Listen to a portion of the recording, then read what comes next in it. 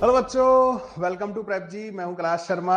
आज हम जो है स्टार्ट करने वाले हैं सर्कुलर मोशन का वन शॉट रिवीजन। ठीक है, तो सर्कुलर मोशन तो बच्चों छोटा सा टॉपिक है relatively as compared to other topics. तो इसका रिवीजन बच्चों अपन जो है स्टार्ट करते हैं। ठीक है, और बड़ा मजेदार सा है। सबसे पहले बच्चों देखो, सर्कुलर मोशन की होती है काइनेमेटिक्स। ठीक है, सर्कुलर मोशन के जो मोशन पैरामीटर होते हैं ना बच्चों, उनको समझते हैं पहले तो ना।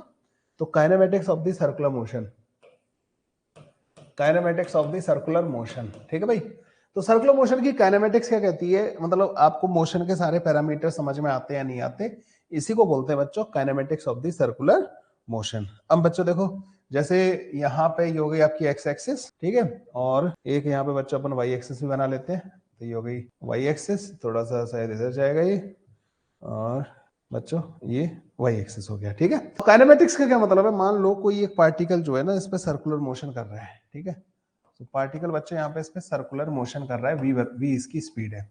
पहली बात तो आप लोगों को पता है कि अगर सर्कुलर मोशन है तो उस पार्टिकल की पूरा टाइम सेंटर से जो डिस्टेंस होगी वो फिक्स्ड रहेगी बच्चों आर के बराबर। ठीक है, अच्छा बच्चों एक बात ध्यान रखना, सर्कुलर मोशन की डेफिनेशन अगर आप अपनी शीट खोल के नोटबुक खोल के देखोगे तो वहां पे मैंने लिखा ही होगी, एक पार्टिकल अगर एक पॉइंट से पूरा टाइम मोशन के दौरान फिक्स डिस्टेंस मेंटेन कर रहा है तो वो पार्टिकल बच्चों उस पॉइंट के रेस्पेक्ट में, ये ध्यान रखना, सर्कुलर मोशन कर रहा है। ये है डेफिनेशन।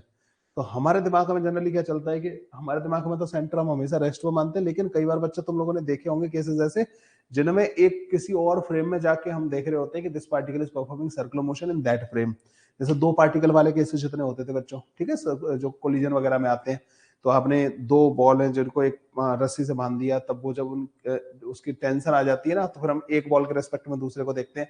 सो वो वाले केसेस बच्चों सारे के सारे, वो डेफिनेशन बहुत इंपॉर्टेंट है बच्चों ना, सबसे पहले उसको समझना।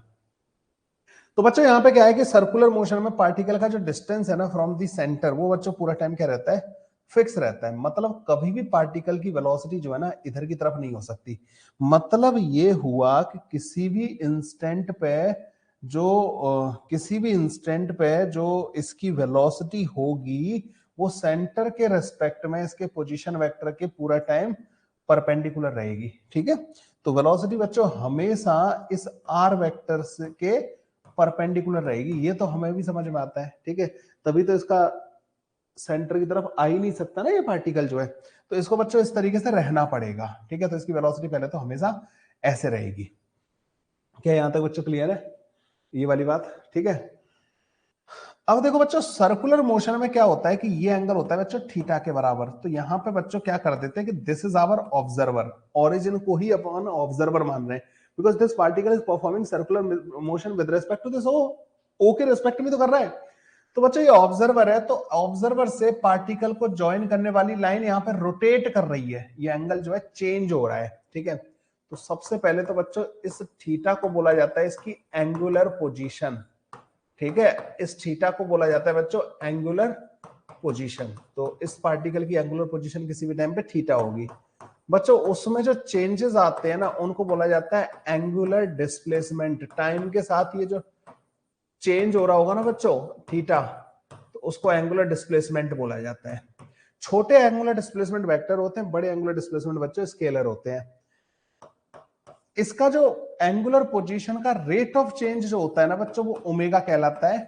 और ओमेगा बच्चों D theta by D T के बराबर होता है, क्योंकि छोटा एंगुलर डिस्प्लेसमेंट वेक्टर होता है तो ओमेगा भी बच्चों वेक्टर होता है। इसको बच्चों अपन V perpendicular divide by R भी लिख देते हैं।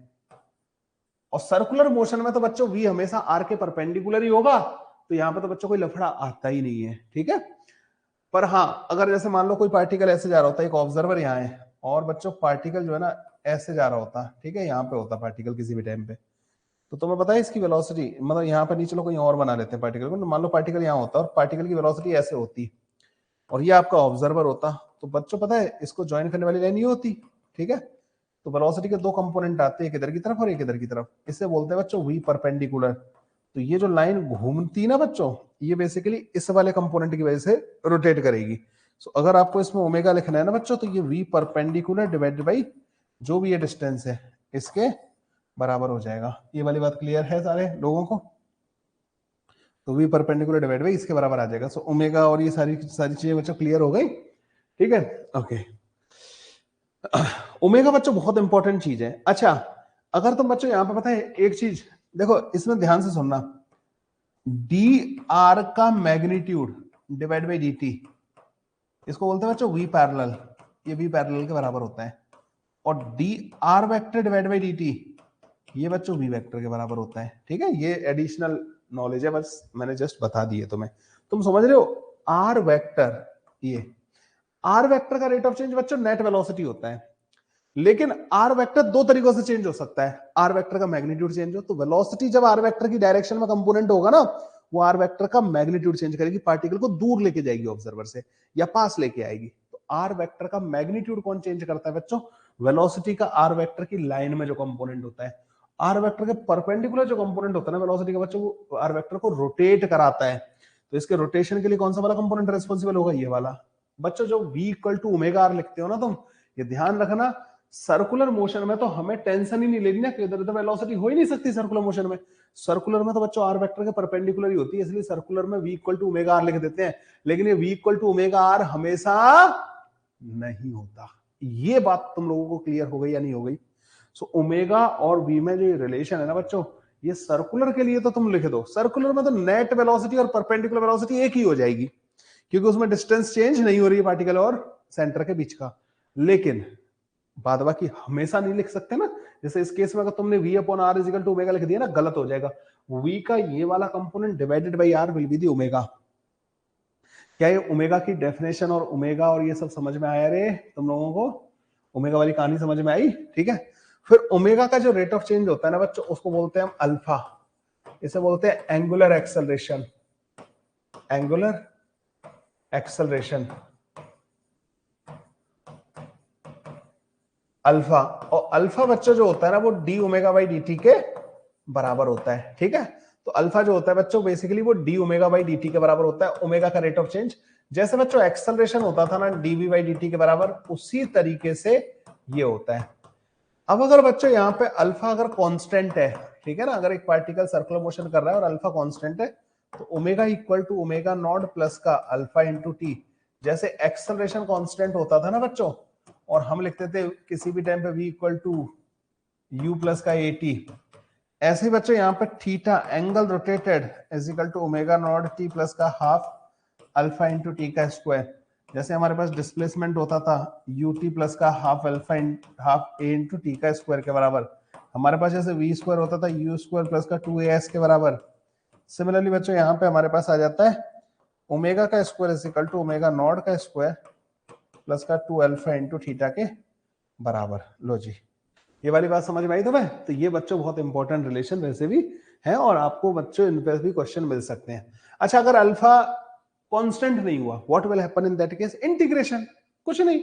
अब जैसे एक्सेलरेशन कांस्टेंट नहीं होता था तो हम क्या करते थे? तो मतलब मान लो कुछ ऐसे केसेस मिलेंगे बच्चों तुम लोगों को ना, कि मान लो अल्फा जो है कांस्टेंट नहीं है, तो क्या करोगे? तो आपको अगर ओमेगा लिखना है ना, तो आप D omega equal to alpha D T कर दोगे, इसका इंटीग्रेशन कर देना, या omega into D omega by D theta equal to alpha कर देना। तो ओमेगा डी ओमेगा एक तरफ कर लेना, अल्फा डी थीटा बच्चों एक तरफ कर लेना, इसको कर देना इंटीग्रेट। वो डिपेंड करेगा कि बच्चों तुम्हें अल्फा जो है फंक्शन ऑफ थीटा दे रखा है, या अल्फा जो है बच्चों फंक्शन ऑफ टाइम दे रखा है, ठीक है। दोनों में से बच्चों जो केस होगा आप कर लोगे, इसको इंटीग्रेशन है बच्चों, नहीं सिंपल सा। तो इसमें पैरामीटर क्या क्या होते हैं बच्चों? थीटा होता है, ओमेगा होता है, अल्फा होता है। तो ये तो बच्चों काइनेमेटिक्स जैसे ही है, कोई चेंज है क्या बच्चों यहाँ पे? ये तो सारा के सारा बच्चों काइनेमेटिक्स जैसा ही है। यूनिफॉर्म सर्कुलर मोशन में अल्फा इक्वल टू 0। अब आते हैं उन चीजों पे आ रहे हैं हम लोग ना। अभी मैंने थोड़ा सा तुम लोगों को बताया वैसे ना अभी इसके बारे में। अब बच्चों देखो थोड़ा सा और सर्कुलर मोशन के डेप्थ में जाते हैं अपन ना। तो ये जो था ना बच्चों, ये जैसे मान लो डायग्राम बना लेता हूं पहले मैं।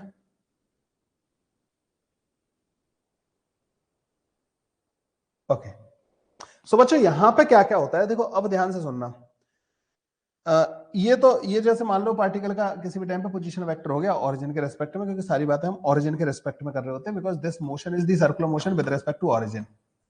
तो इसके पास जो वेलोसिटी होगी ना बच्चों, वो हमेशा इसके परपेंडिकुलर होगी, ठीक है। तो आपके पास इसके पास वेलोसिटी आ गई, ठीक है ना, और वो ऐसे परपेंडिकुलर आएगी इन दोनों के बीच में।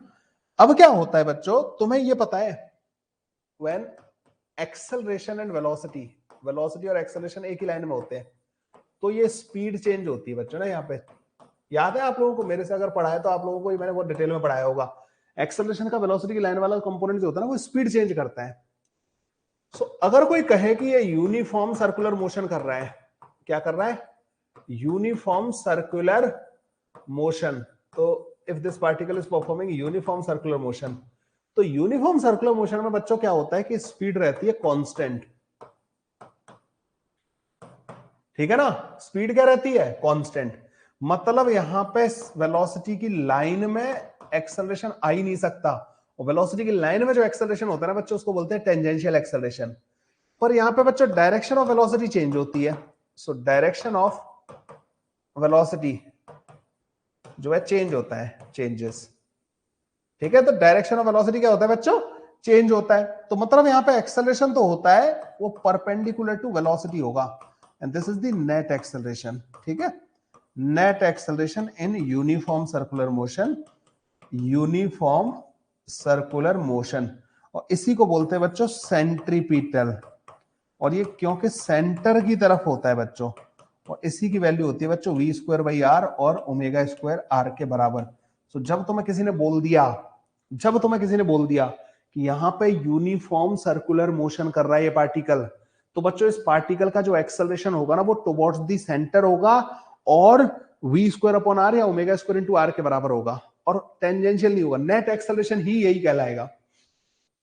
तो मुझे एक बात बताओ कि अगर इस पार्टिकल के पास सेंटर की तरफ एक्सेलरेशन है, तो बच्चों कोई ना कोई फोर्स भी तो होना चाहिए जो इसको सेंटर की तरफ एक्सेलरेशन प्रोवाइड करेगा। मतलब भाई देखो, किसी भी पार्टिकल के पास एक्सेलरेशन तब आता है जब नेट फोर्स हो उस पे, और नेट फोर्स किधर की तरफ होना चाहिए, सेंटर की तरफ होना चाहिए।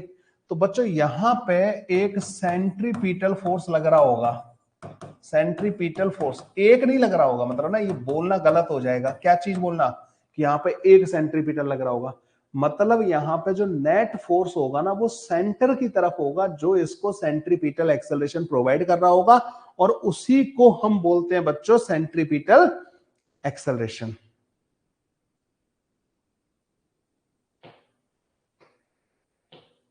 अभी ज्यादा हुआ नहीं है वैसे ना, ज्यादा ओमेगा का रिवीजन करवाया मैंने, एंगुलर वेलोसिटी का, और ये फॉर्मूले बताए हैं, और अभी एक्सेलरेशन वगैरह पे आए ही थे, मतलब ना। सेंट्रीपिटल फोर्स, तो सेंट्रीपिटल फोर्स क्या होता है बच्चों, ये जो सेंट्रीपिटल फोर्स होता है ना, ये m इंटू ए सेंट्रीपिटल के बराबर होता है। तो ये सेंट्रीपिटल फोर्स जो होगा बच्चों, वो M B square divided by R के बराबर होगा, या फिर the centripetal force is equal to M omega square into R. So बच्चों जब तुम मेक श्योर कर लो कि it is performing uniform circular motion, then there will be only centripetal force, और वो सेंट्रीपिटल फोर्स बच्चों ऐसे होगा। सो मतलब जितने भी फोर्सेस लग रहे हैं उनका रिजल्टेंट जो है टुवर्ड्स दी सेंटर होना चाहिए, और इसी केस को कहते हैं बच्चों हॉरिजॉन्टल सर्कुलर मोशन। जितनी भी होती है ना हॉरिजॉन्टल सर्कुलर मोशन, उनमें सेंटर की तरफ ही फोर्स चाहिए होता है। उनमें बच्चों मोस्टली जो केसेस दे रखे होते हैं यूनिफॉर्म सर्कुलर मोशन के होते हैं, तो बस हमें क्या करना होता है, बस नेट फोर्स सेंटर की तरफ चाहिए होता है।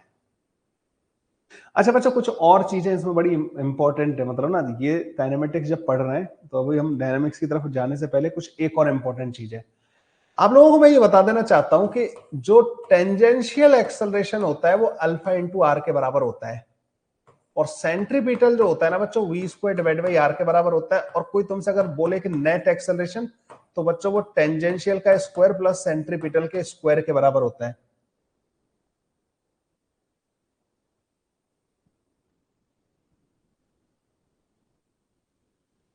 अगर किसी के पास सेंट्रीपिटल टेंजेंशियल एक्सेलरेशन नहीं है, तो ए नेट सेंट्रीपिटल के बराबर होगा। लेकिन टेंजेंशियल, अगर स्पीड चेंज हो रही है, अगर पार्टिकल की स्पीड चेंज हो रही है, तो टेंजेंशियल एक्सेलरेशन नॉन जीरो है। यहां पे पार्टिकल की अगर स्पीड चेंज हो रही है ना बच्चों, तो टेंजेंशियल एक्सेलरेशन जो है वो नॉन जीरो के बराबर है। टेंजेंशियल एक्सेलरेशन यहाँ पे होगा, और टेंजेंशियल एक्सेलरेशन मान लो कांस्टेंट है, ठीक है, और मान लो अल्फा अगर कांस्टेंट होगा ना तो टेंजेंशियल एक्सेलरेशन भी कांस्टेंट होगा। ये अगर कांस्टेंट है ना तो किसी भी टाइम पे जो स्पीड होगी ना बच्चों वो ए टेंजेंशियल इंटू टी के बराबर होगी। यहां पे v equal to U plus का एटी वाला फॉर्मूला एज इट इज लगता है।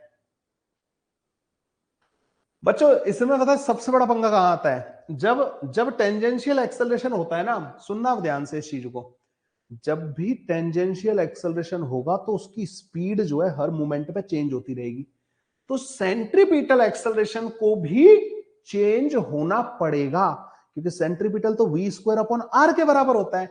अब अगर वी ही चेंज हो रहा है बच्चों तो मतलब ये जो सेंट्रीपिटल तो चेंज होगा ही होगा, ठीक है, तो ये चेंज होता है बच्चों सेंट्रीपिटल अगर अच्छा अच्छा ये बताओ मुझे, यूनिफॉर्म सर्कुलर मोशन में जो एक्सेलरेशन होता है क्या वो कांस्टेंट रहता है? यूनिफॉर्म सर्कुलर मोशन में एक्सेलरेशन कांस्टेंट रहता है क्या, ये बताओ, बताओ जल्दी से। यूनिफॉर्म सर्कुलर मोशन में एक्सेलरेशन कांस्टेंट रहता है, मैंने तुम्हें एक स्टेटमेंट दिया, यूनिफॉर्म सर्कुलर मोशन में एक्सेलरेशन कांस्टेंट रहता है। फंस गए ना इतनी जल्दबाजी के चक्कर में? नो, एक्सेलरेशन का मैग्नीट्यूड कांस्टेंट रहता है, ठीक है। अच्छा, अगर एक पार्टिकल के पास कांस्टेंट टेंजेंशियल एक्सेलरेशन है, ध्यान से सुनना, हाँ डायरेक्शन चेंज हो रहा है ना तो मैं उसे बोलोगे ना आप क्या देखो यूनिफॉर्म सर्कुलर मोशन में एक्सेलरेशन क्या होता है, ओनली सेंट्रीपिटल, टेंजेंशियल होता ही नहीं है, ठीक है ना, उसके अलोंग वाला होता ही नहीं है, स्पीड कांस्टेंट, सिर्फ डायरेक्शन चेंज करने के लिए वेलोसिटी के परपेंडिकुलर वाला कंपोनेंट होता है, ठीक है। तो यूनिफॉर्म सर्कुलर मोशन में सिर्फ एक्सेलरेशन वेलोसिटी के परपेंडिकुलर होता है और उसका मैग्नीट्यूड कांस्टेंट रहता है, क्योंकि स्पीड चेंज नहीं हो रही, तो mv स्क्वायर अपॉन आर ये कांस्टेंट है, और वेलोसिटी के एक्सेलरेशन परपेंडिकुलर होता है, ठीक है भाई। ओके, अब दूसरा एक क्वेश्चन आ रहा है, टेंजेंशियल एक्सेलरेशन अगर कांस्टेंट है तो नेट एक्सेलरेशन, या सिंपली वर्ड बोले ना बच्चों कोई एक्सेलरेशन मतलब नेट, तो नेट एक्सेलरेशन कांस्टेंट होगा। स्टेटमेंट्स राइट और रॉन्ग? सो अगर टेंजेंशियल एक्सेलरेशन अगर कांस्टेंट है तो नेट एक्सेलरेशन कांस्टेंट होगा या एक्सेलरेशन कांस्टेंट होगा। इज दिस स्टेटमेंट करेक्ट और रॉन्ग? चलो डायरेक्शन नहीं, अच्छा अब मैं एक और स्टेटमेंट चेंज कर रहा हूं, टेंजेंशियल एक्सेलरेशन अगर कांस्टेंट है तो नेट एक्सेलरेशन का मैग्नीट्यूड कांस्टेंट होगा, राइट और रॉन्ग? मैग्नीट्यूड बोला है मैंने, इसको बताओ, अगला वाला सुनो, दोबारा सुनो, टेंजेंशियल एक्सेलरेशन अगर कांस्टेंट है मतलब स्पीड चेंजिंग, तो नेट एक्सेलरेशन का मैग्नीट्यूड कांस्टेंट होगा। इज दिस अ मैग्नीट्यूड बोला है मैंने, मैग्नीट्यूड, ठीक है। एक मिनट ना, एक कमेंट आया है, अब रुको, आधे ने कहा कि टेंजेंशियल एक्सेलरेशन कांस्टेंट है मतलब टेंजेंशियल एक्सेलरेशन कांस्टेंट है मत, अच्छा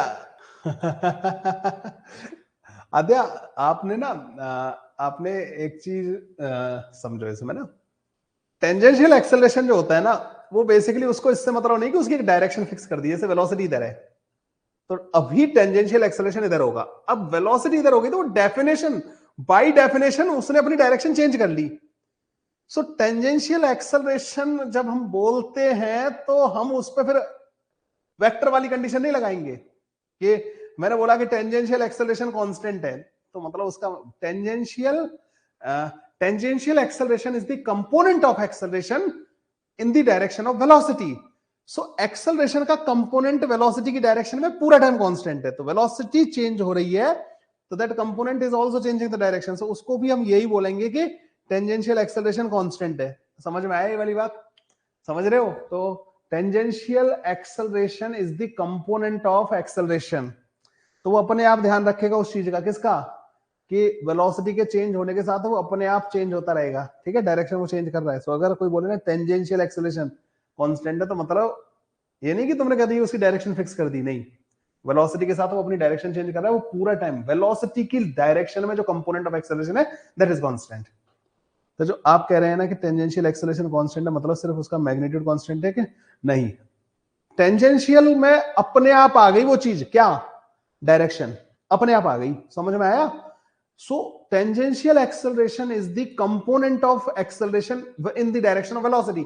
सो अगर मैं बोलूं ना टेंजेंशियल एक्सेलरेशन मतलब वेलोसिटी की डायरेक्शन में हर एक मूवमेंट पे जो कंपोनेंट है दैट इज कांस्टेंट, तो वो अपने आप उसका कंपोनेंट होता जाएगा। ठीक है, हाँ मैं समझ गया, तुम उसे अलग तरीके से समझ रहे थे, ये वाली बात समझ में आई। तो टेंजेंशियल नाम ही उसको इस तरीके से दिया गया है कि that is the component of acceleration in the direction of velocity along the velocity. ठीक है, अब हाँ अपने आप हैंडल करेगा। तो ऐसा नहीं है कि टेंजेंशियल एक्सेलरेशन कांस्टेंट है मतलब उसकी एक ही डायरेक्शन, नहीं, और उसकी डायरेक्शन फिक्स नहीं है, उसको वेलोसिटी से मतलब है, वो वेलोसिटी की डायरेक्शन में जो एक्सेलरेशन का कंपोनेंट है दैट इज कांस्टेंट। तो अगर मैं बोलूं कि टेंजेंशियल एक्सेलरेशन कांस्टेंट है तो magnitude of the acceleration will change और नॉट। तो बच्चों तुम्हारा आंसर होना चाहिए था कि सर देखो नेट एक्सेलरेशन जो होता है ना वो टेंजेंशियल और सेंट्रीपिटल का रिजल्टेंट होता है। मैंने कहा बिल्कुल सही बात है, टेंजेंशियल और सेंट्रीपिटल का रिजल्टेंट जो होता है वो नेट एक्सेलरेशन होता है। ओके, फिर तुम्हारा स्टेटमेंट होना चाहिए था कि सर टेंजेंस एक कंपोनेंट तो आपने कांस्टेंट कर दिया, ठीक है, दूसरा जो कंपोनेंट है जो वेलोसिटी के परपेंडिकुलर होगा वो हमेशा v स्क्वायर अपॉन r के बराबर होगा। तो टेंजेंशियल है इसलिए v विल चेंज, मतलब v square upon r will change. एक कंपोनेंट ऑफ एक्सेलरेशन कांस्टेंट है लेकिन नॉर्मल वाला component of acceleration will change because of v। ठीक है ना, तो ac का जो डायरेक्शन है और मैग्नीट्यूड है वो चेंज होगा, तो नेट एक्सेलरेशन का डायरेक्शन तो चेंज होगा ही होगा, but its magnitude will also change. तो ये समझ में आया बच्चों। अब मुझे लगता है कि तुम ना टेंजेंशियल और सेंट्रीपिटल में फंसने से रहे। टेंजेंशियल एक्सेलरेशन अल्फा पे डिपेंड करता है, centripetal v square upon r या ओमेगा स्क्वायर इनटू r के बराबर होता है। ठीक है, सेंट्रीपिटल टेंजेंशियल की कहानी पूरी तरीके से हमें क्लियर हो गई। ठीक है, नेट एक्सेलरेशन की कहानी क्लियर हो गई। अच्छा, अब एक जैसे मुझे एक बात बताओ बच्चों कि सपोज करो तुम्हें किसी ने बोला कि देखो जी एक जस्ट एक एग्जांपल ले लेते हैं। ठीक है, इस मूवमेंट पे ये एक्स एक्सिस थी, इसकी स्पीड बच्चों 10 मीटर पर सेकंड दे रखी है। ठीक है, रेडियस बच्चों इसकी 1 मीटर के बराबर दे रखी है। सो मैंने तुम्हें बोला कि d mod v by D T, मान लो ये 100 मीटर पर सेकंड स्क्वायर के बराबर दे रखा है। ठीक है, और ये सर्कुलर मोशन में कर रहा है बच्चों पार्टिकल ना। तो आप मुझे बता सकते हो फाइंड दी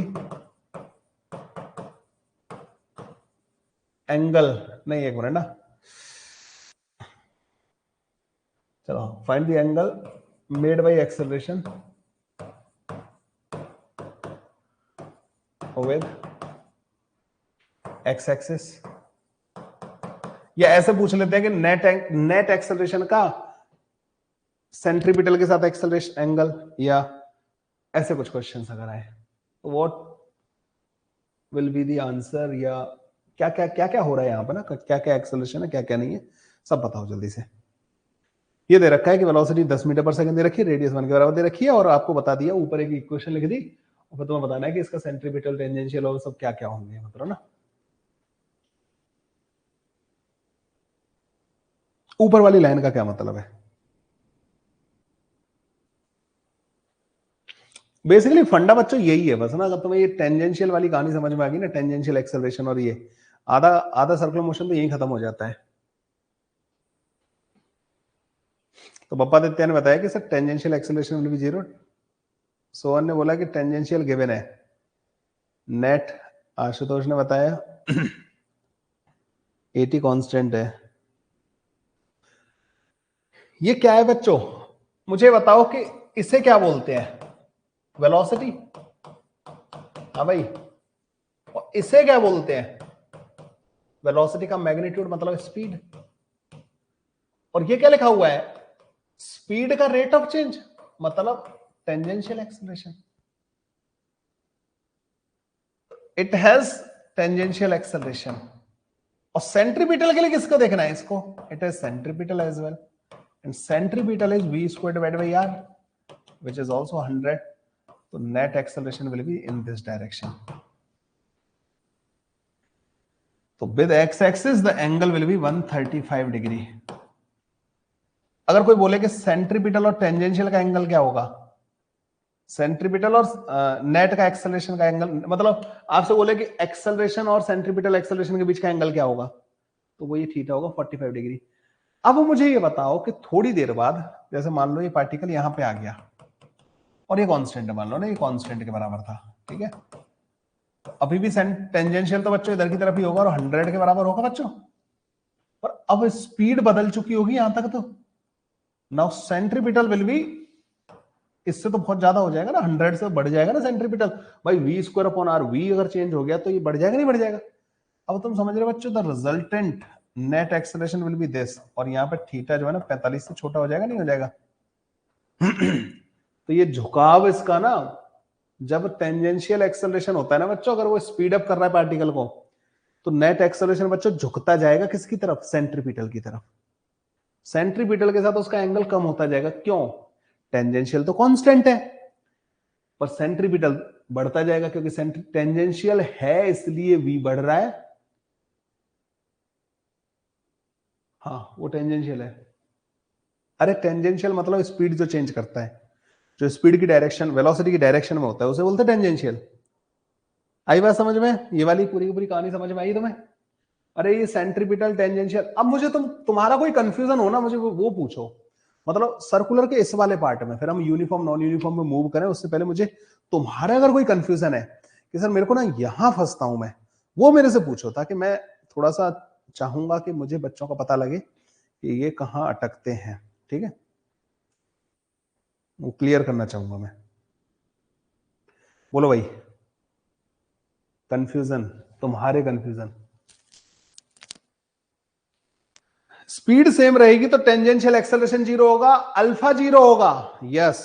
तुम पूछो आज ना, सुनो मेरी बात, तुम्हें टेंजेंशियल सेंट्रीपिटल सर्कुलर के मतलब वो उसको वर्टिकल सर्कुलर मोशन के अलावा तो मेरे से पूछो, मतलब जस्ट डिस्कस करो मेरे से ना कि कुछ भी पूछो कि सर मेरा ऐसा मानना है, कैसा भी कितना भी नॉनसेंस क्वेश्चन पूछो, I definitely answer that question, ठीक है, जिससे कि औरों के भी पता लगे। तो ये टू वे इंटरेक्शन करते हैं इसको ना, वन वे की जगह टू वे करते हैं। तो नंद ने पूछा कि स्पीड सेम रहेगी देन टेंजेंशियल एक्सेलरेशन, यस।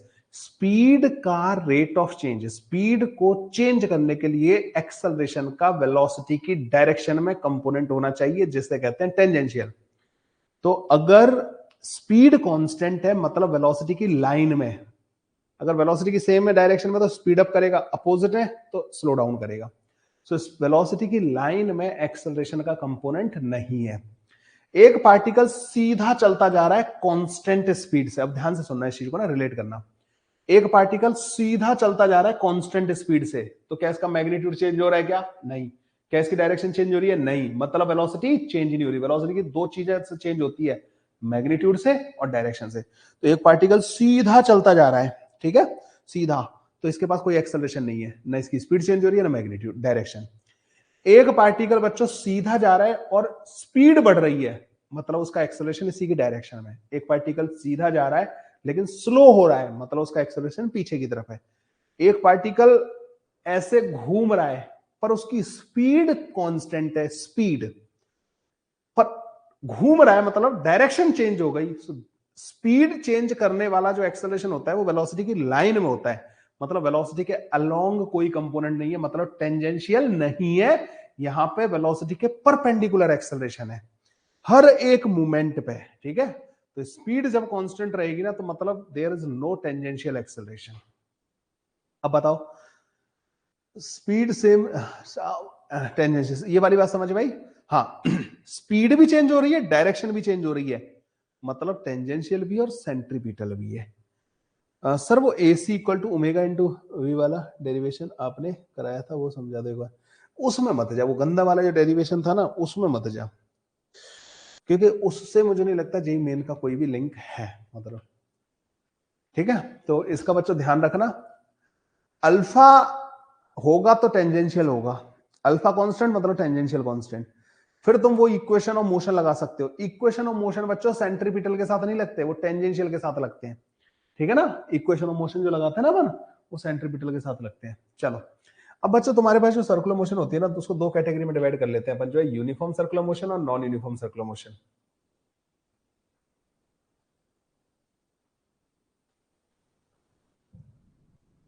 सो एक होती है बच्चों यूनिफॉर्म सर्कुलर मोशन, और दूसरी होती है बच्चों नॉन यूनिफॉर्म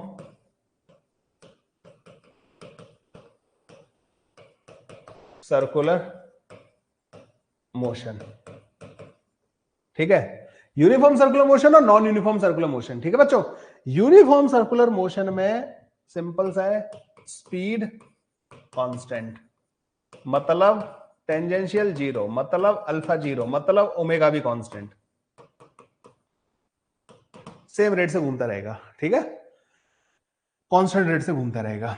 अच्छा, स्पीड कांस्टेंट, टेंजेंशियल तो जीरो हो गया, लेकिन डायरेक्शन तो चेंज हो रही है, सर्कुलर मोशन है, मतलब there will be centripetal only, और वो भी v स्क्वायर अपॉन r के बराबर होगा। स्पीड कांस्टेंट है तो इसका मैग्नीट्यूड कांस्टेंट रहेगा। This acceleration want be constant but magnitude will be constant.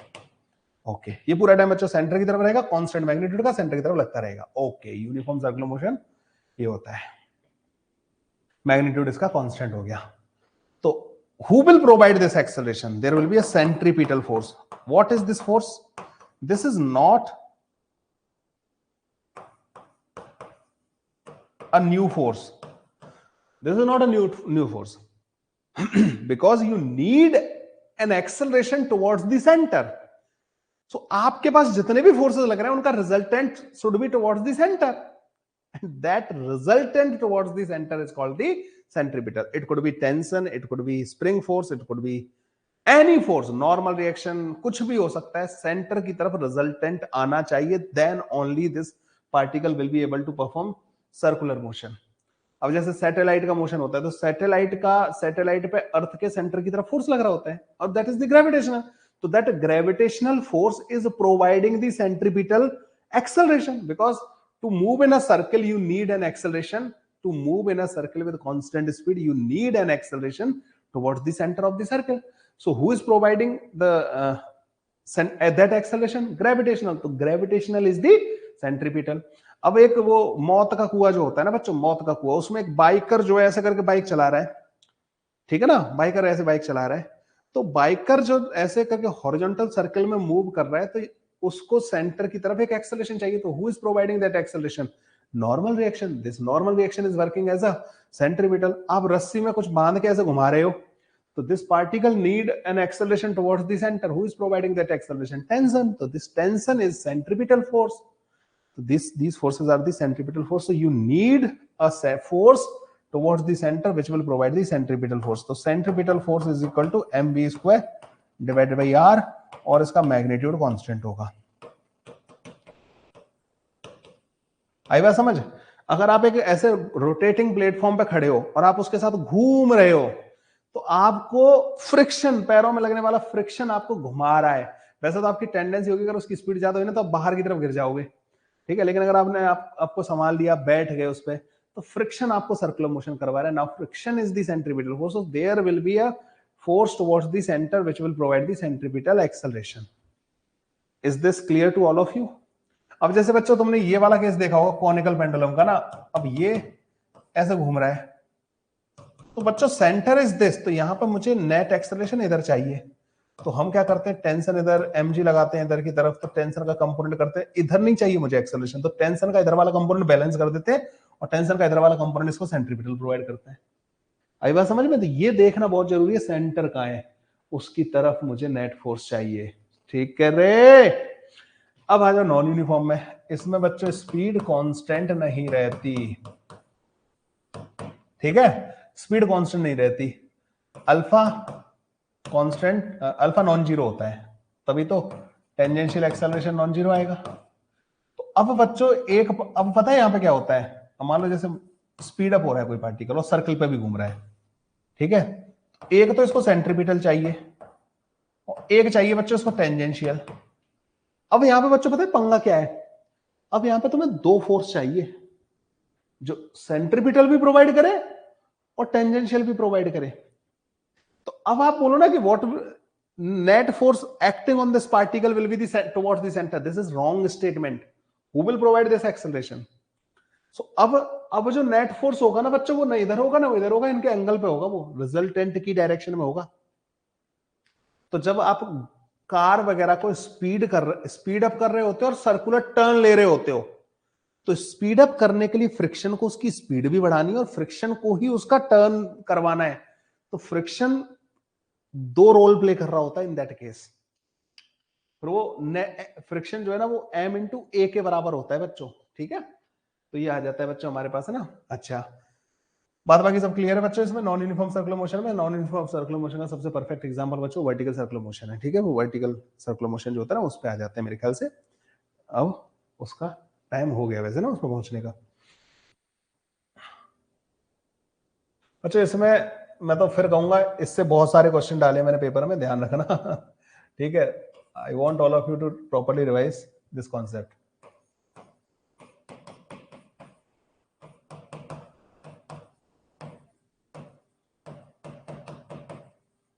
मतलब बहुत डिफिकल्ट वाले नहीं डाले, उस वैसे नहीं डाले जो एडवांस के वहां जाके छोड़ने के बाद मैक्सिमम हाइट कितनी आएगी, मिनिमम वेलोसिटी कितनी आएगी, वैसे नहीं। मतलब ना वो तो फिर जेई मेन थोड़ी हुआ वो पेपर, है ना। But are you able to at least apply the concept properly. Work power energy का कॉन्सेप्ट इसमें लगता है, ठीक है। इनर रिंग एंड टेंशन वाला कॉन्सेप्ट, अच्छा वो करा दूंगा मैं अभी ना। ओके,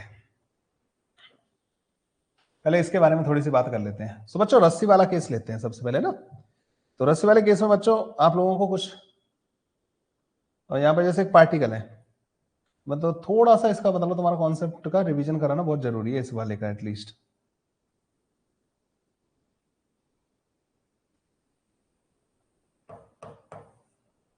सो आपने बच्चों इसको पार्टिकल को दे दी स्पीड इधर की तरफ ना, ऐसे करके एक ऐसे करके आपने speed they the v not,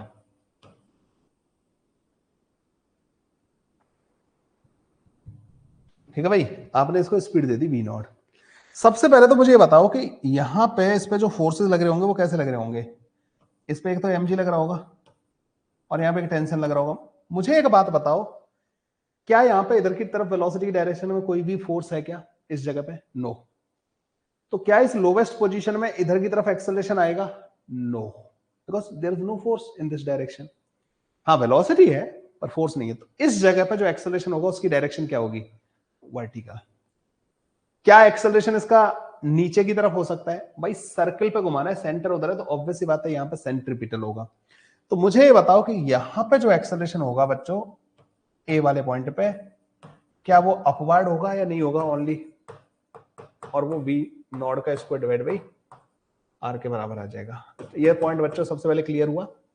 अच्छा, इस जगह पे T at lowest point minus का M G is equal to M V not का स्क्वायर डिवाइड बाई आर के बराबर होगा या नहीं होगा? आप बोलोगे सर बिल्कुल सही बात है। ये दो चीजें मैं यहां पे लिख सकता हूं, नहीं लिख सकता हूं? अब बच्चों मान लो किसी भी टाइम पे पार्टिकल आ गया यहां पे, ठीक है। Now this particle is at this point,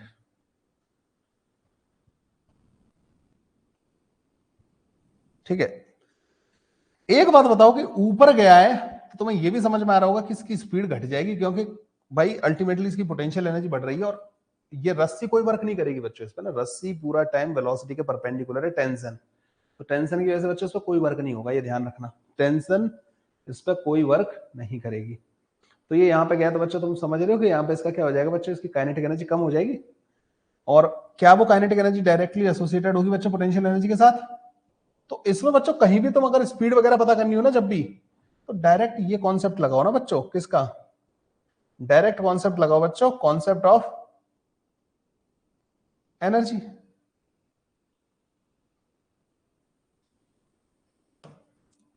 कोई मुझे बता सकता है ये हाइट कितनी होगी? अगर ये एल है, ये एंगल थीटा है, तो ये होगा एल कॉस थीटा। तो ये एल 1 माइनस का कॉस थीटा के बराबर होगा या नहीं होगा? आप बोलोगे हाँ सर। तो इसकी पोटेंशियल एनर्जी बच्चों क्या है? बढ़ गई, तो काइनेटिक एनर्जी घट जाएगी। तो काइनेटिक एनर्जी पहले थी बच्चों हाफ एम वी नॉट का स्क्वायर, अब हो गई हाफ एम वी का स्क्वायर। और इनका जो चेंज आया है, क्या वो एम जी एल 1 माइनस का कॉस थीटा के बराबर होगा या नहीं होगा? यही लगाना पड़ेगा, चाहे तुम ऊपर से छोड़ो या यहां से। अगर कोई कहे कि मैंने यहां से एक पार्टिकल को छोड़ दिया तो वो नीचे आ रहा है, तो वो उसका बस ये देखो कि वर्टिकली कितना नीचे आया, उससे स्पीड पता लग जाया करेगी तुम्हें। कहीं से भी छोड़ो बच्चों, तुमने 60 डिग्री पे, 53 डिग्री पे, कहीं से छोड़ो, नीचे अगर आ रहा है तो उसकी एनर्जी वाली इक्वेशन तेरे को लिखनी पड़ेगी रे, ठीक है। तो एक इक्वेशन बच्चों हमारे पास ये हमेशा लिखना आनी चाहिए। अच्छा, अब यहां पे आ जाते हैं। यहां पे बच्चों टेंशन भी होगी और यहाँ पे बच्चों सेंट्रीपिटल एक्सेलरेशन भी होगा, यहाँ पे mg होगा। अब इस mg के दो कंपोनेंट कर लेंगे, mg cos थीटा और mg sin थीटा, ऐसे करते हैं अपन। अब बच्चों मुझे बताओ कि वेलोसिटी की लाइन में कोई फोर्स है क्या? Yes, there is this component. तो वेलोसिटी के अलोंग या लाइन में यहां पे एक्सेलरेशन आएगा क्या? Yes, because of this. तो यहां पे बच्चों जो है ना टेंजेंशियल एक्सेलरेशन जो होगा ना, that will be G sine theta. माना कि स्पीड को घटा रहा होगा। और सेंट्रीपिटल तो बच्चों तुम्हें पता है यहाँ पे क्या होगा, वी स्क्वायर अपॉन आर के बराबर। वी यहां से कैलकुलेट करोगे। अगर तुमसे यहाँ पे कोई नेट एक्सेलरेशन पूछे ना बच्चों, इनका रिजल्टेंट होगा वो। अब तुम्हें बताइए कि इक्वेशन में ये लिखूंगा टी माइनस का mg cos theta is equal to mv square divide by R. ठीक है, टी माइनस का mg cos theta is equal to mv square divide by are.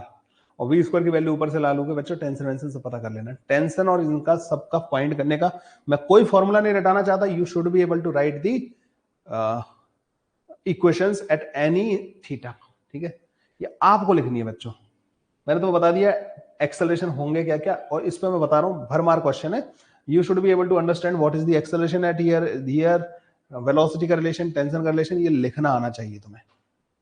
बाद बाकी तो तुम्हें पता है कि रूट के अंदर 5gl से ज्यादा स्पीड दोगे, रूट के अंदर 5gl या रूट के अंदर 5gr से ज्यादा स्पीड या उसके बराबर दोगे तो ये सर्कुलर मोशन करेगा।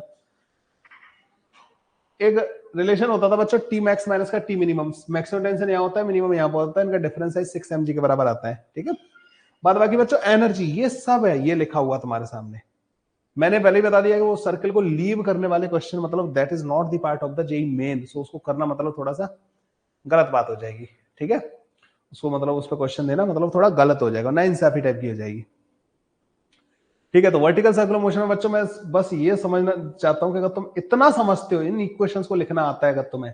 अब जैसे वर्टिकल सर्कुलर मोशन मान लो किसी ने बोला कि देखिए जी यहां से एक पार्टिकल को अपन ने रिलीज कर दिया। ठीक है, पार्टिकल यहां पे था,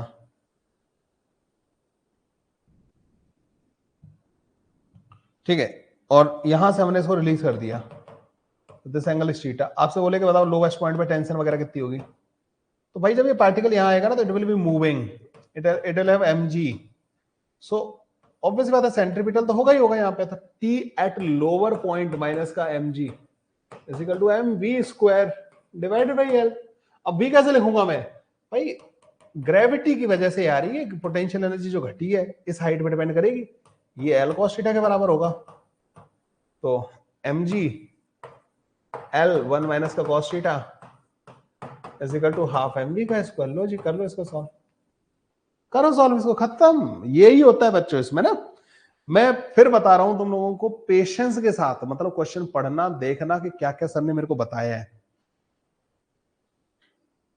ठीक है, क्या क्या सर ने मेरे को बताया, उन कॉन्सेप्ट्स को एक बार लगाने की कोशिश करना, तब जाके बच्चों तुम लोग जो है आराम से इसको सॉल्व कर लोगे।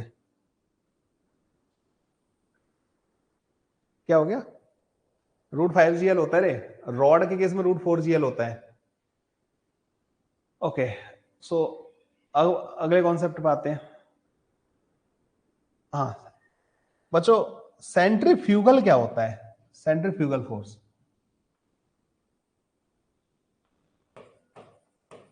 सेंट्रीफ्यूगल क्या होता है बच्चों? जब आप सर्कुलर फ्रेम में चले जाते हो ना, तो जो तुम्हें शूडो फोर्स लगाना पड़ेगा ना पार्टिकल के ऊपर। So if this is a particle,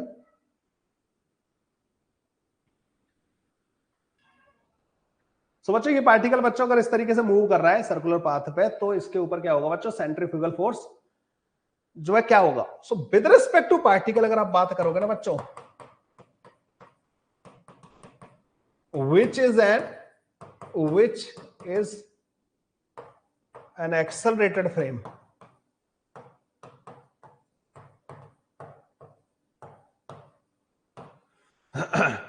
so with respect to particle which is an accelerated frame, जो कि एक accelerated frame है, you need to apply a pseudo force। अच्छा मुझे बताओ इस पार्टिकल का एक्सेलरेशन किधर की तरफ, इधर की तरफ। तो आपको एक इसके फ्रेम में अगर जाओगे तो बाहर की तरफ m omega square r force लगाना पड़ेगा आपको। This is called the centrifugal force.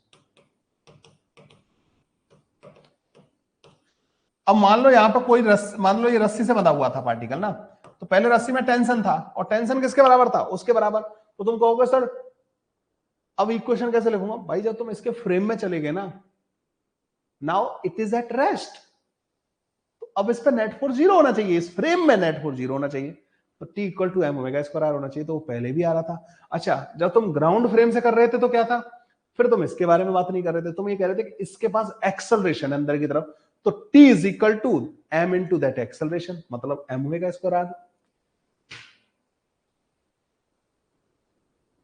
आई बात समझ में। एक कॉन्सेप्ट होता है बच्चों बैंकिंग ऑफ द रोड,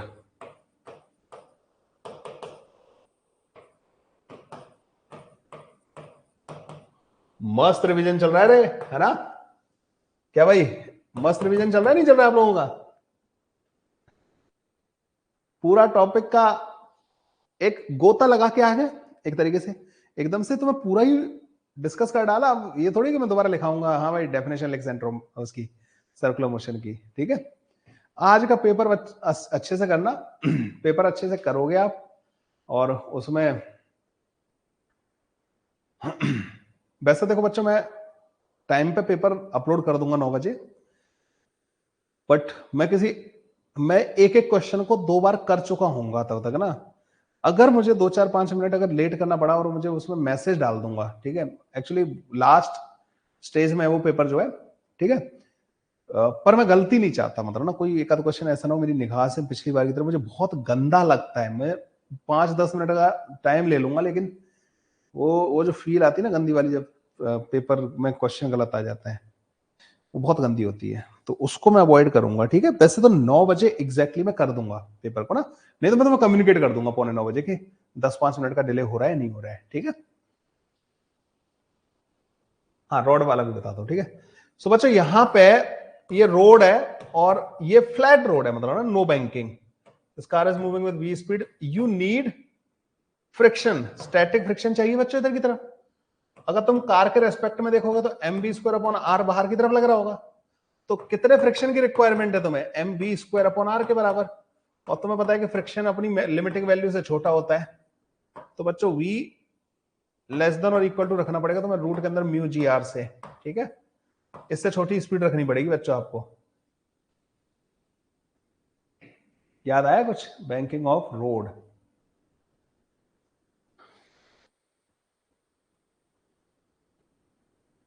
अच्छा दूसरा केस होता है बच्चों, म्यू अगर 0 है लेकिन आपने रोड की बैंकिंग कर रखी है, और ये कार बच्चों ऐसे करके जा रही है अंदर की तरफ, और ये इसकी रेडियस हो गई यार रेडियस,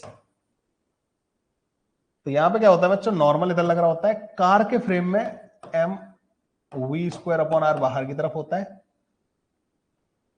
तो अगर चाहते हो कि कार स्लाइड ना करे, दिस एंगल इज थीटा, और म्यू तो 0 है ही यहां पे, ठीक है।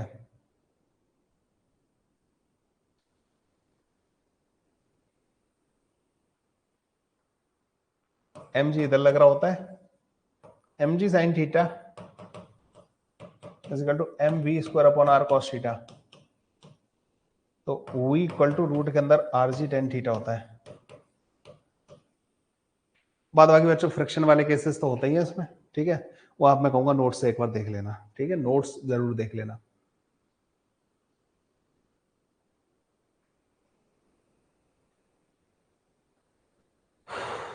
अच्छा आप बोल रहे थे एक तो टेंशन वाला केस बोल रहे थे, और आप एक बोल रहे थे रॉड वाला, ठीक है। तो जो स्पेशल केस होता है टेंशन के इन द रॉड, तो बच्चों अगर एक रॉड जो है ऐसे रोटेट कर रही है इस वाली एक्सिस के अबाउट,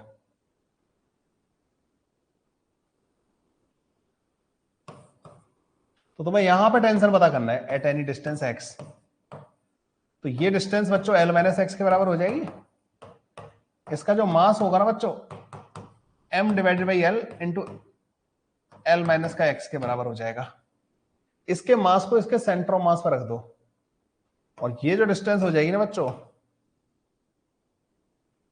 तो ये L by two minus x by two, तो प्लस एक्स करोगे तो L by two plus x by two हो जाएगा, बस इसको सर्कुलर मोशन करवाने में ये टेंशन काम करेगा, तो T equal to M divide by L L minus X omega square L plus X divide by 2 M omega square L square minus का X square divide by 2 L.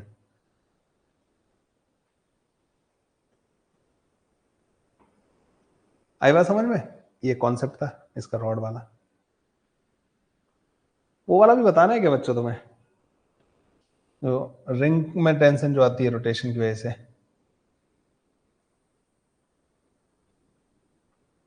अच्छा, कल से बच्चों बोर्ड का पेपर, बोर्ड एग्जाम्स का एक course आपका start हो रहा है। कल शाम को 6 बजे क्लास है उसकी। वैसे उसकी क्लासेस दिन में रहेंगी, लेकिन पहली क्लास को हम जो है यूट्यूब पे भी चलाएंगे, इस चक्कर में उसका टाइमिंग कल शाम को 6 बजे का रखा है। अच्छा, उसको मैं लाइव ही करा रहा हूं बच्चों में ना, उसको सिर्फ लाइव करा रहा हूं मैं। और टॉपिक वाइज 5-5 नंबर के जो क्वेश्चन आते हैं, 3-3 नंबर के जो क्वेश्चन आते हैं, 2-2 नंबर के क्वेश्चन जो आते हैं, उनका पूरा एनालिसिस करके, और जो मुझे लगता है कि ये कॉन्सेप्ट अगर मैंने पढ़ा दिया तो बच्चा इस वाले क्वेश्चन को करके आ जाएगा, ऐसे करके मैं बच्चों उस पर पढ़ाऊंगा। ठीक है कि भाई 90% चांसेस है कि छुटका पुटका क्वेश्चन इधर उधर से तेरे को मिल जाए, और वो ऑब्वियस वाली चीज होगी जो मैं छोड़ूंगा उसमें। और जो लगता है कि इससे 5 नंबर का या 3 नंबर का या 2 नंबर का क्वेश्चन आपको मिलेगा इसमें, वो मैं आप लोगों को करवा दूंगा। ठीक है, आगे बढ़ते हैं बच्चों। इसमें क्या होता है बच्चों कि यहां पे हम डी थीटा एंगल ले लेते हैं, और ये एलिमेंट भी घूम रहा है बच्चों। इस एलिमेंट के फ्रेम में जाएंगे तो बाहर की तरफ डीएम, डीएम होगा इसका बच्चों m divided by 2 pi r into r d theta. ये इसका मास होगा, ओमेगा स्क्वायर इंटू आर, ये बाहर की तरफ फोर्स लगेगा, टेंशन इधर की तरफ होगा बच्चों, टेंशन के इधर वाले कंपोनेंट इसको बैलेंस कर देंगे।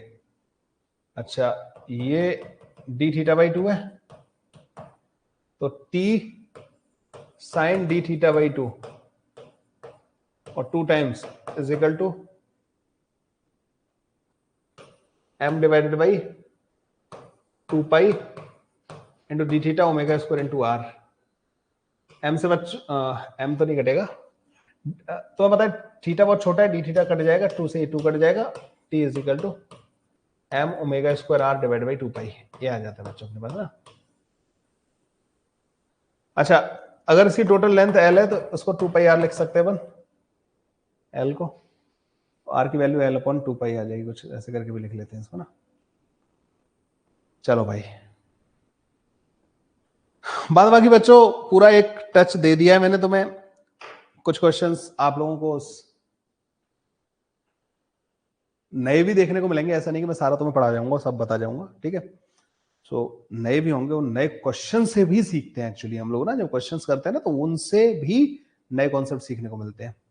तो टेस्ट दो बच्चों, ठीक है। मैं अभी इस क्लास को यहीं पे एंड कर रहा हूँ, और मिलते हैं फिर अपन जो है टेस्ट के बाद, कल डिस्कशन करेंगे। देखो बच्चों, एडवांस का जो कोर्स है ना, मैं तुम्हें बताना भूल गया, एडवांस का कोर्स जो है 15 तारीख से आ रहा है, बोर्ड वाला बच्चों 10 तारीख से, मतलब कल से स्टार्ट हो रहा है, और आप लोगों का ये तो चल ही रहा है। अगर आप पार्ट 2 में या एडवांस के कोर्स के लिए एनरोल करोगे तो मैंने एक कूपन क्रिएट कर रखा है तुम्हारे बैच के लिए, वो सिर्फ जो आईडी जो नंबर इस बैच में रजिस्टर हो रखे ना उनके लिए। 15 तारीख तक उन कोर्सेज के एनरोलमेंट पे 50% डिस्काउंट मैंने लगा रखा है तुम्हारे बैच में ओनली, ठीक है। तो इसका जो पार्ट 2 आएगा, ताकि तुम्हें महंगा ना पड़े, मतलब ना। और एडवांस वाले में भी advance level test then discussion, उसमें इतनी ज्यादा फ्रीक्वेंसी नहीं होगी, डेली नहीं होगा। एडवांस वाला बच्चों मेरा ग्रेविटेशन का कोर्स खत्म हो जाएगा, 4 बजे वाला मेरा स्लॉट फ्री हो जाएगा, उसमें सिर्फ एक हफ्ते में 2 टेस्ट होंगे, 2 डिस्कशन क्लास होंगी, टोटल आपके 4 सेशन होंगे। तो वो इस तरीके का है, पर उसमें एडवांस लेवल टेस्ट होगा 18 क्वेश्चंस का, more than 1 correct, integer, numerical value, कभी कॉम्प्रिहेंशन वाला आ गया, पूरे फिजिक्स के सिलेबस को पार्ट्स में डिवाइड करके। मैकेनिक्स के करा दिए मैंने, एक पहले मैकेनिक्स का करा दिया, एक पार्ट 2 का करा दिया, एक इलेक्ट्रोमैग्नेटिज्म का करा दिया, एक लास्ट वाले पार्ट का modern wave optics, geometrical optics का करा दिया। तो 4 टेस्ट तो ये हो गए। फिर 2 टेस्ट मिक्स करके करा दिए, तो टोटल टेस्ट होंगे आपके उसमें एक हफ्ते में 2, और टोटल 1 महीने का कोर्स है वो, तो टोटल 8 टेस्ट होंगे। तो ऐसे हो गए। फिर एक पूरा 11th का हो गया, एक पूरा 12th का हो गया, और 2 हो जाएंगे फुल सिलेबस। ठीक है, तो ऐसे करके टोटल 8 टेस्ट बच्चों मैंने उसमें प्लान किया आप लोगों के लिए। एक मैकेनिक्स का, एक सेकंड पार्ट का, first part 12th, second part 12th, फिर पूरा 11th, पूरा 12th, फिर 11th और 12th मिक्स 2 टेस्ट। ठीक है, सो अगर तुम उसमें देखो तो बढ़िया क्वेश्चंस होंगे एकदम ना, लेवल वाइज लेवल बहुत अच्छा होगा। ज्वाइन होने की इच्छा तो है, लेकिन मैनेज होगा कि नहीं ये समझ नहीं आ रहा। ये देख लेना बच्चों ना, ये देख लेना।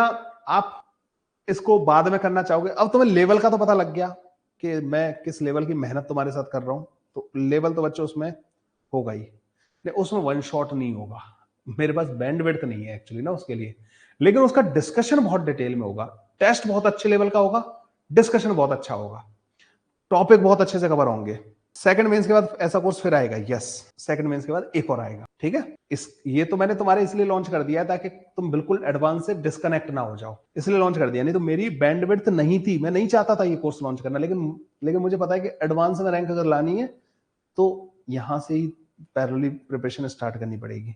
सर कोर्स खत्म होने के बाद भी ले सकते हैं, फिर वो उसका वो ऑफर वगैरह नहीं रहेंगे यार ना उस टाइम पे फिर वो वही प्राइस रहेगा जो उनका एक्चुअली है, मतलब ना एक बार खत्म होने के बाद ना रिकॉर्डिंग से कर लेना बाद में। ठीक है, कर लेना, वो तो रिकॉर्डिंग तो रहेगी, हमेशा रहेगी रिकॉर्डिंग ना, रिकॉर्डिंग टेस्ट वो सब हमेशा रहेगा। ठीक है, वो बाद में कर लेना तुम लोग ना जब करना चाहो। चलो भाई सेशन खत्म करते हैं, आज के लिए बस इतना ही, बाय।